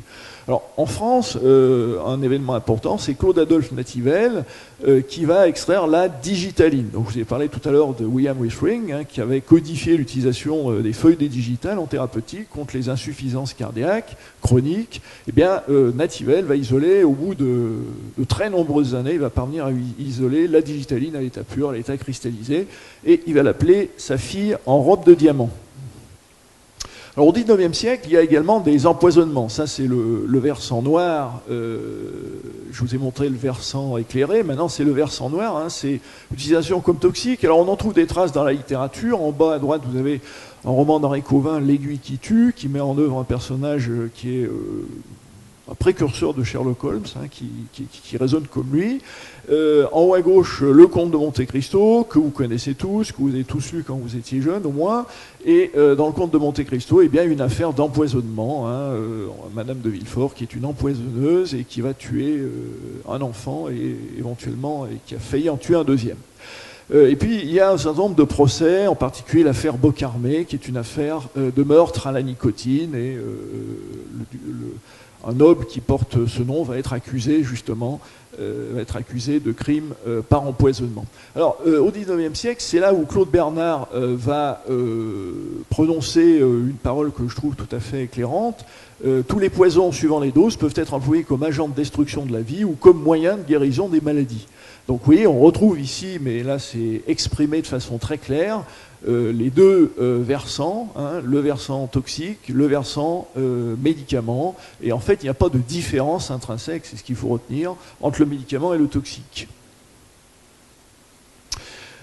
Si l'on continue au XIXe siècle, eh bien, l'Empire victorien est tout à fait intéressant à envisager sur le plan pharmaceutique. En haut à gauche, vous avez un roman populaire qui relate une affaire d'empoisonnement par l'atropine. Le pharmacien le chimiste Léon Albert Arnault au muséum va isoler l'ouabaïne à partir de poisons d'origine africaine. Et puis vous avez au centre un universitaire anglais qui est le professeur Richard Fraser, qui a énormément travaillé sur les substances naturelles et qui a isolé à partir de poisons de flèche l'astrophantine. En fait, on devrait dire l'estrophantine, sont des hétérosides tout à fait nombreux et complexes. Et en bas à droite, la fameuse expédition de Stanley, les expéditions de Stanley et de Livingstone, hein, qui, vous le savez, se sont retrouvés d'une manière symbolique sous les saguets des cannibales. Et bien effectivement, l'expédition de Stanley a rapporté un certain nombre de ces toxiques de flèche, hein, ces poisons de flèche, à partir desquels on a extrait des principes actifs médicamenteux. Alors, si on continue au XIXe siècle avec la période victorienne tardive et la période édouardienne, il y a bien sûr les romans d'Arthur Conan Doyle, et on trouve dans Sherlock Holmes des cas d'empoisonnement, en particulier dans le Cine des Quatre. Dans le Cine des Quatre, il y a un indigène originaire des îles Andaman qui utilise des flèches empoisonnées, hein, des flèches empoisonnées avec donc des plantes contenant des alcaloïdes. Et puis dans une étude en rouge, il y a un suicide par une substance qui n'est pas nommée, qui est probablement un produit pseudo-curarisant, mais un produit alcaloïdique très certainement. Et on pense, certains auteurs disent que ça a été inspiré d'une affaire célèbre, l'affaire Kyla Harris, qui est une affaire d'empoisonnement avec un mélange de quinine et de morphine qui a été administré à une jeune femme par son fiancé. Voilà, son fiancé attentionné. Alors, il y a les toxicomanies, bien sûr, qui vont se développer à partir du moment où on a isolé certains produits comme la morphine ou la cocaïne, hein, certains alcaloïdes. En particulier, dans Sherlock Holmes, il y a la fameuse solution à 7% de cocaïne. Donc la cocaïnomanie va être perpétuée par le bon docteur Freud. Et un de ses amis, d'ailleurs, va en mourir. Il va mourir d'un excès d'utilisation de morphine et de cocaïne. Et vous avez ici donc un roman qui perpétue justement cette association entre la cocaïne et le docteur Freud. Et puis, en bas à droite, les fumeries d'opium qui vont se multiplier en Europe. Ici, c'est une fumerie d'opium à Paris. En effet, il y a eu 2 guerres de l'opium entre l'Angleterre et la Chine, puisque l'Angleterre contraint la Chine à importer de l'opium qui était cultivé aux Indes anglaises, et bien sûr cette opiumanie était tout à fait nocive pour la santé des Chinois. Et ça, c'est assez important de dire qu'il y a eu 2 guerres, hein, des guerres navales, des guerres terrestres, rien que pour l'opium. Alors là, on s'achemine vers la fin et vers la période moderne, puisque on va retrouver dans la littérature donc toujours la trace de ces substances qui sont médicamenteuses et toxiques. Donc il y a une chimie qui guérit mais aussi qui tue, et on en a le reflet avec Agatha Christie, qui était baptisée Duchesse de la Mort par un auteur, et dans ses romans on trouve différentes substances toxiques d'origine naturelle, des alcaloïdes comme les héroïnes, la strychnine, un hétéroside cardiotoxique et tonique comme la digitoxine. dans la mystérieuse affaire de Stiles, c'est la strychnine qui est utilisée pour tuer. À droite, vous avez un empoisonnement, un roman sur une affaire qui s'est réellement déroulée sur un empoisonnement par la digitaline. En bas à gauche, pour ceux d'entre vous qui sont pharmaciens, ça vous rappellera des souvenirs, le livre d'Albert l'Espagnol sur la chimie des médicaments, donc dans lequel on trouve un certain nombre de substances industrielles et naturelles. Et en haut à gauche, par Albert Hofmann, LSD, mon enfant terrible, donc le LSD qui a été découvert par hasard, par serendipity, par Albert Hofmann, qui travaillait sur les alcaloïdes de l'ergot dont je vous ai parlé dans la firme Sandoz, qui a beaucoup travaillé sur ces alcaloïdes. Voilà, donc je vais terminer là ce parcours très rapide dans le temps, concernant les substances à la fois médicamenteuses et toxiques. Et vous voyez qu'on peut faire le tour si on reprend Cléopâtre avec son serpent venimeux. Aujourd'hui, on utilise les venins comme source de médicaments. Vous avez un exemple donc d'un périodique très connu qui est Biofutur, dans lequel il y a des articles là-dessus. Effectivement, dans les venins, on trouve des molécules intéressantes, et en particulier des molécules actives sur la pression artérielle. Et puis, je vous ai parlé de ces peuples d'Afrique, d'Asie, mais aussi il y a des peuples d'Europe qui sont intéressants pour les ethnologues et l'ethnopharmacologie, l'ethnopharmacognosie, pour être même plus précis.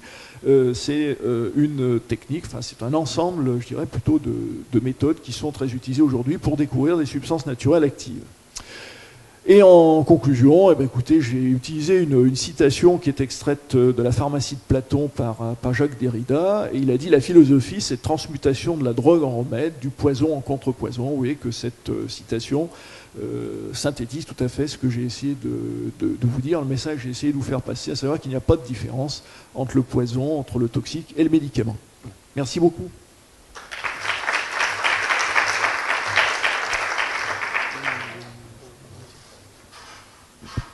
D'accord, si je peux inviter donc les trois, merci beaucoup Philippe, donc je peux inviter les trois intervenants et on va avoir donc une séance de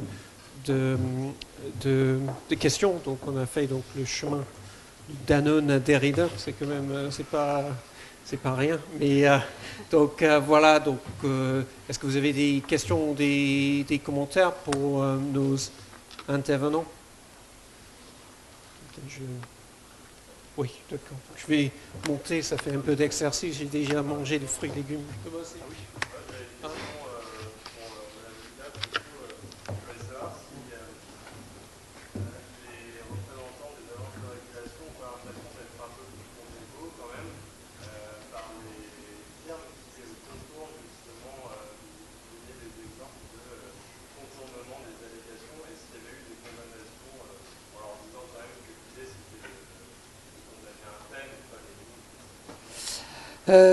Alors, c'est un petit peu plus subtil, c'est-à-dire que à partir du moment, non mais c'était pas une critique par rapport à la question, pas du tout. À partir du moment où il y a une autorisation ou une non-autorisation sur une phrase précise, et à partir du moment où on considère que les mots ne sont pas de la prévention ou ne sont pas de la thérapeutique, on ne va rien dire. C'est-à-dire, par exemple, l'histoire de calme et sérénité, par exemple, ou no stress, eh bien, bon, ben voilà, c'est comme ça. Mais en effet, de toute façon, les seuls qui pourraient, après, porter plainte, c'est uniquement, en ce qui concerne la France, le contrôle est fait uniquement par la DGCCRF.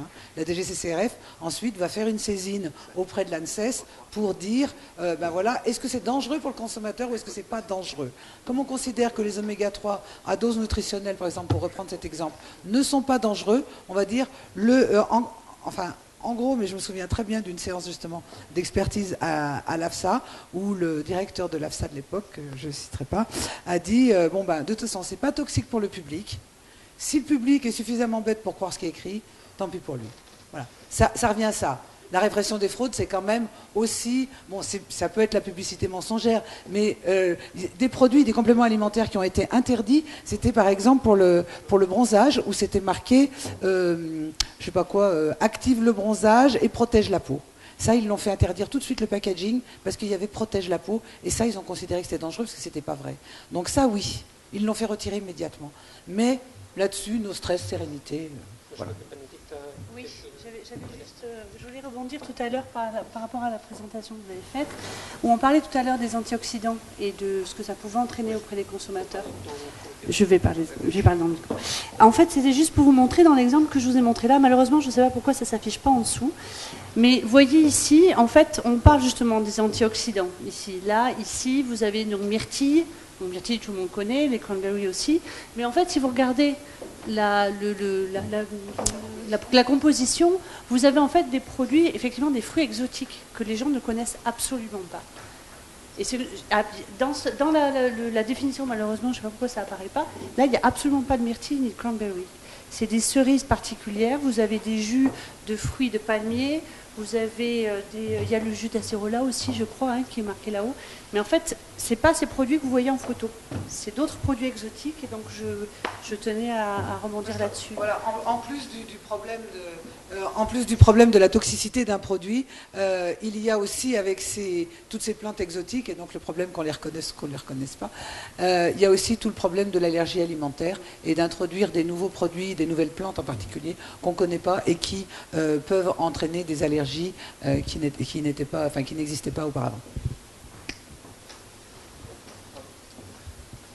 Donc, est-ce qu'il y a d'autres questions? Oui.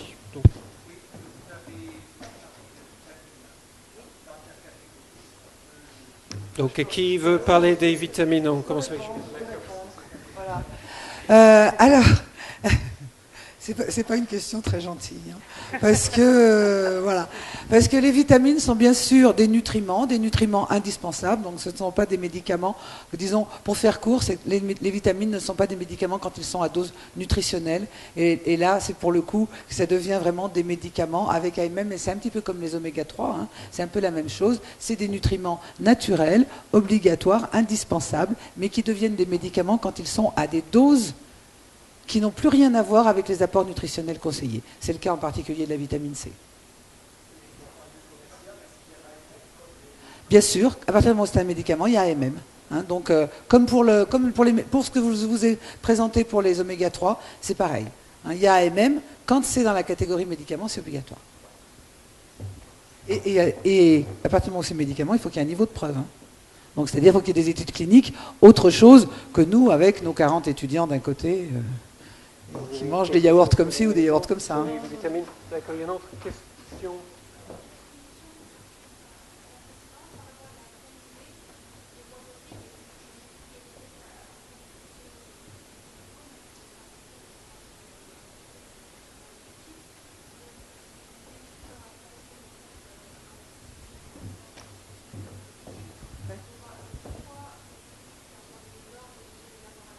Oui, je vais te redonner.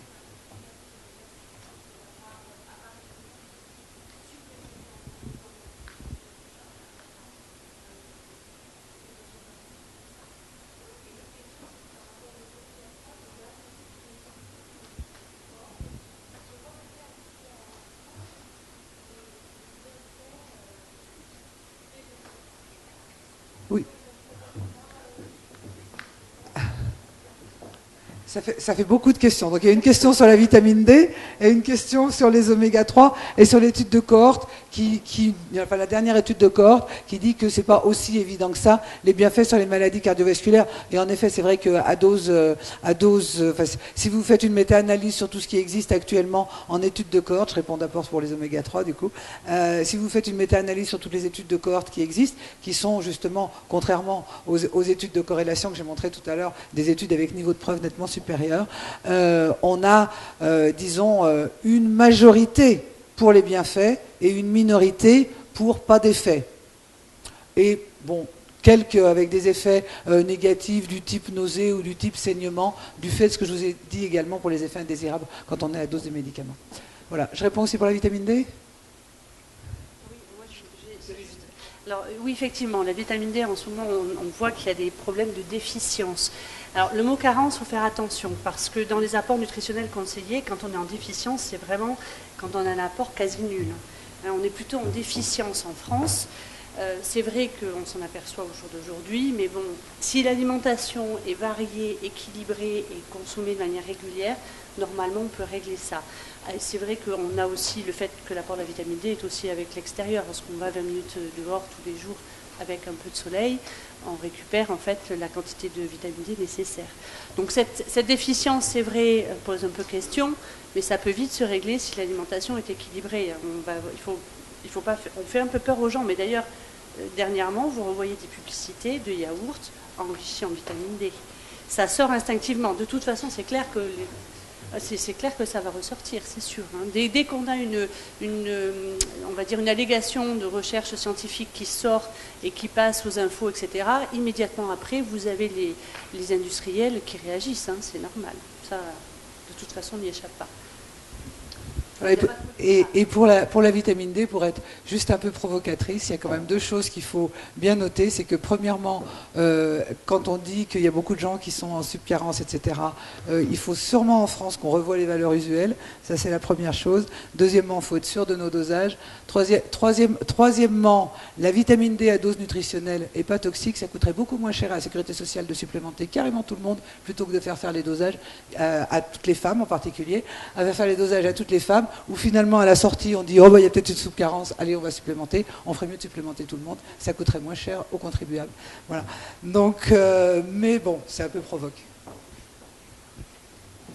Oui, une question un peu provocatrice, mais il y avait une question dans votre la conférence. Finalement, pour vous deux qui avez réfléchi sur cette situation, est-ce qu'il s'agit là d'un avènement heureux ou malheureux pour notre civilisation ou nos sociétés? Globalement, heureux ou malheureux? Alors, je dirais qu'en fait, il peut être heureux s'il est sécurisé, si on le limite, c'est-à-dire si on le surveille, si effectivement les allégations qu'on a vues donc dans la deuxième présentation sont bien suivies. À la limite, ça fonctionne, ça développe une économie, c'est des produits qui vont être achetés par les consommateurs, qui ne sont pas forcément nocifs, pourquoi pas?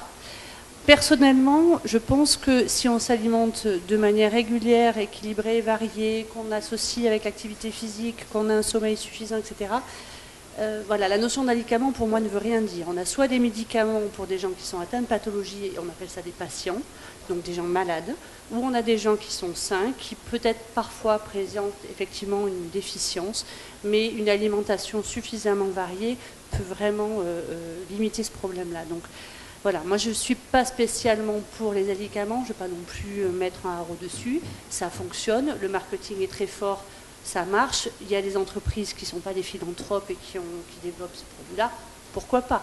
Mais il faut vraiment limiter. Mais je pense qu'on a effectivement la chance avec l'ANSES et l'EFSA, au niveau européen, d'avoir vraiment un garde-fou très important et qu'il n'y a pas aux États-Unis, au Canada, etc. Et ça, c'est vraiment une catastrophe. Par contre, dans ces pays-là, je pourrais dire je suis choquée parce que je pense que ça peut être grave. On peut entraîner d'autres carences. Ça n'est pas simplement sur le caractère santé, mais sur la trappe couillon. C'est-à-dire qu'il y a beaucoup de gens qui sont incapables d'avoir une approche critique des événements, oui. Et donc il faut que les spécialistes les mettent en garde pour qu'ils ne dépensent pas leur argent ou d'autres opérations. Oui, mais je pense, c'est vrai, je pense que justement, toutes les deux, on fait quand même pas mal d'interventions grand public, on écrit pas mal dans les journaux, justement, pour essayer de dire, ne pas tout jeter à la poubelle non plus, pour reprendre quelque chose de classique pour lequel il y a quand même un intérêt. Par exemple, je pense qu'il y a quand même des aliments qui peuvent être bénéfiques pour la santé, comme par exemple, je sais pas, les cranberries pour les infections urinaires à Escherichia coli et uniquement à Escherichia coli, peuvent être intéressantes. Donc il ne faut pas globalement dire c'est tout acheté à la poubelle. Il y a sûrement des situations qui sont intéressantes. Moi, j'essaye de modérer le public.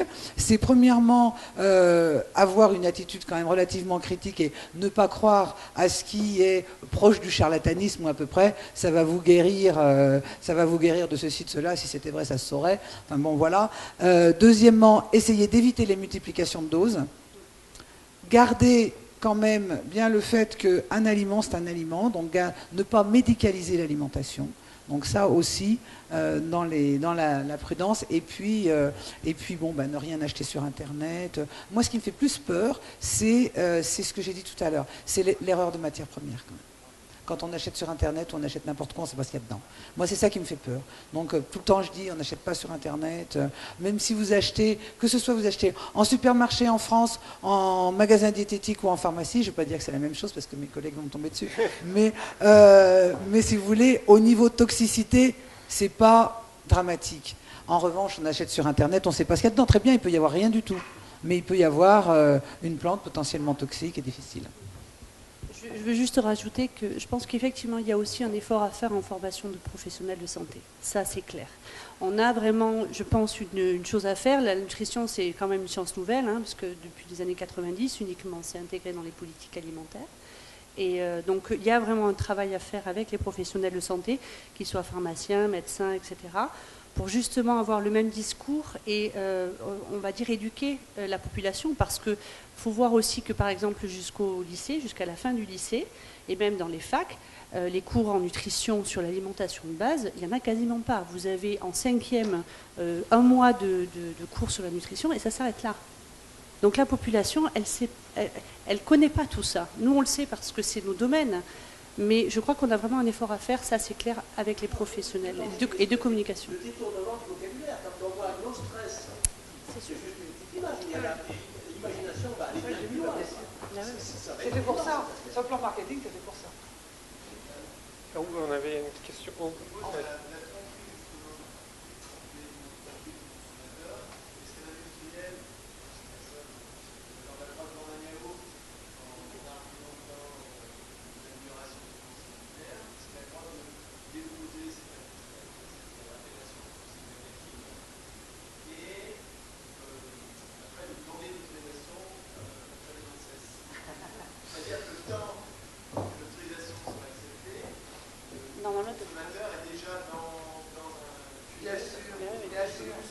Bien sûr, c'est le problème de la différence entre... Pardon. C'est le problème de la différence entre l'aliment et le médicament, parce que en médicament, on ne pourrait pas faire ça parce qu'il faut avoir demandé l'autorisation avant. Donc là, ils mettent sur le marché le temps que les associations de consommateurs, parce qu'il faut savoir qu'au niveau de la DGCCRF, c'est quand même les associations de consommateurs qui marchent le mieux. Donc ils font remonter les associations de consommateurs, font une saisine à la répression des fraudes. La répression des fraudes va dire qu'est-ce que je dis, je sais pas, hop, je passe à l'ANSES. L'ANSES va dire oulala, je sais pas, hop, je demande à des experts. Donc à chaque fois, c'est 2 mois, 2 mois, 2 mois, les experts 2 mois, ça revient 2 mois, ça repart, etc. Et après, c'est bon, ça fait 1 an, ils modifient le packaging et terminé. Voilà. Vous avez l'exemple frappant de Bio, de Danone. Bio a été justement rebooté, maintenant ils ont appelé leur produit Activia. Mais ça a très très bien fonctionné, ils ont prévu le marketing derrière pour relancer le produit, et les gens maintenant ont complètement fait l'association entre bio et Activia. Il y a la notion du bio, du naturel, etc., qui prend soin de moi. Donc c'est presque devenu un produit esthétique, presque dans la tête des gens. C'est la politique. Vous avez une question ? Oui, une dernière question peut-être. Au-dessus, oui.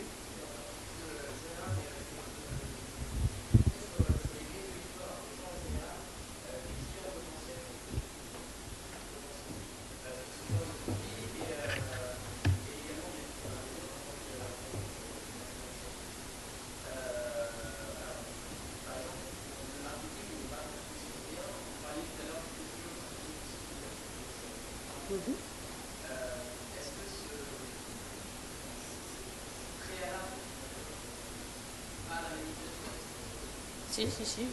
Vous pouvez dire manipulation. Oui, vous pouvez résumer la question. Oh,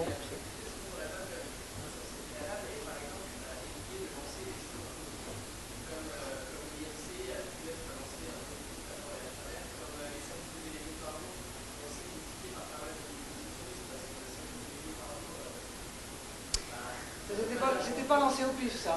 Oui, alors... Ça, c'était pas lancé au pif. C'est quand même beaucoup de chercheurs qui ont travaillé pendant longtemps et qui montrent quand même, toutes les recommandations nutritionnelles ne sont pas lancées comme ça au hasard, elles sont très étudiées, il y a beaucoup de choses, d'études qui ont montré qu'il y avait effectivement un effet, mais le problème c'est de faire une unité, c'est-à-dire de dire qu'il y a un produit qui va être miracle sur une action en particulier.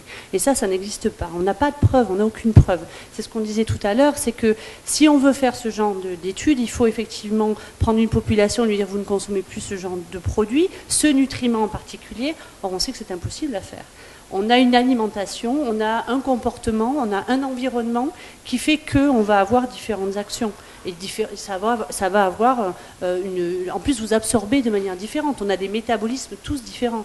Donc c'est vraiment très très difficile à définir. Mais toutes les recommandations qui ont été faites au Programme national nutrition santé sont des recommandations qui veulent être le plus large possible pour toucher la population dans son ensemble, mais elles sont larges, donc c'est leur limite aussi. Mais la consommation de 5 fruits et légumes, le fait de manger du poisson, d'additionner ça aux produits laitiers, d'additionner ça à l'activité physique, fait que vous allez avoir un moyen de vous prémunir contre les pathologies. C'est pas le fait de manger que 5 fruits et légumes, c'est ça qui est dangereux. C'est de mettre le point sur un effet particulier.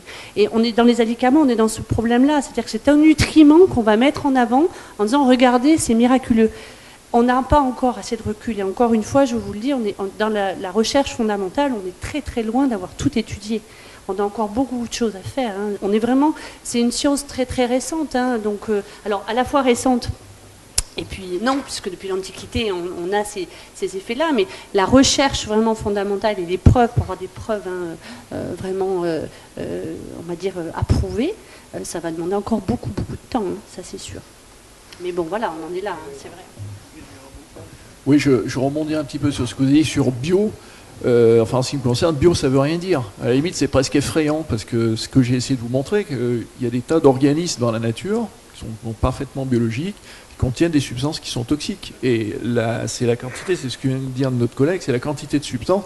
La vitamine D, c'est pas toxique à faible dose, c'est toxique à forte dose. Donc en fait, ce qui est dangereux, c'est en ce qui me concerne, je trouve très dangereux cette assimilation de naturel à non toxique. Voilà. Quand c'est bio, c'est pas toxique. Bio, ça veut rien dire. Voilà. Même quand on regarde sans pesticides, bon bah voilà, c'est on peut se poser la question. Voilà. Alors, il y a aussi des affaires économiques, je crois, qui sont à considérer. C'est que dans certains pays où les gens meurent de faim, on ne va pas discuter pour savoir s'il y a quelques ppb de pesticides dans la peau des fruits. Donc là, c'est une question humanitaire à la limite. Donc nous, on a des questions, je dirais, de pays riches, hein. Je crois que c'est un petit peu ce qu'on peut dire, où on discute sur les acides gras insaturés, sur le packaging, etc. Vous allez en Inde, vous allez dans d'autres pays qui sont en train de mourir de paludisme, parce que le paludisme, c'est une maladie qui existe encore. Hein. J'ai un collègue dans mon service là, qui l'a attrapé en Indonésie. Il est bien embêté. Donc là, on ne va pas discuter. Donc je crois aussi, enfin ça peut être une conclusion, qu'il faut avoir une vue un petit peu globale et mondiale de cette chose. Mais bon, ça c'est une appréciation personnelle. Mais le terme de biologique, alors ça c'est vraiment un attrape-nigo, parce que bio, à la limite, ça veut rien dire. Biologique, ça veut rien dire. Rien du tout. On n'a pas beaucoup de temps. Je ne sais pas si Joël, vous avez quelque chose à dire donc, sur la question. Donc, il me reste à remercier Bénédicte Auberti, Joël Goudable et Philippe Josso. Si vous voulez discuter avec des intervenants, ils vont rester ici pour discuter avec vous. Mais je crois qu'on va finir la conférence. Merci beaucoup d'être venu et donc à la prochaine événement de notre chère bibliothèque universitaire. Merci.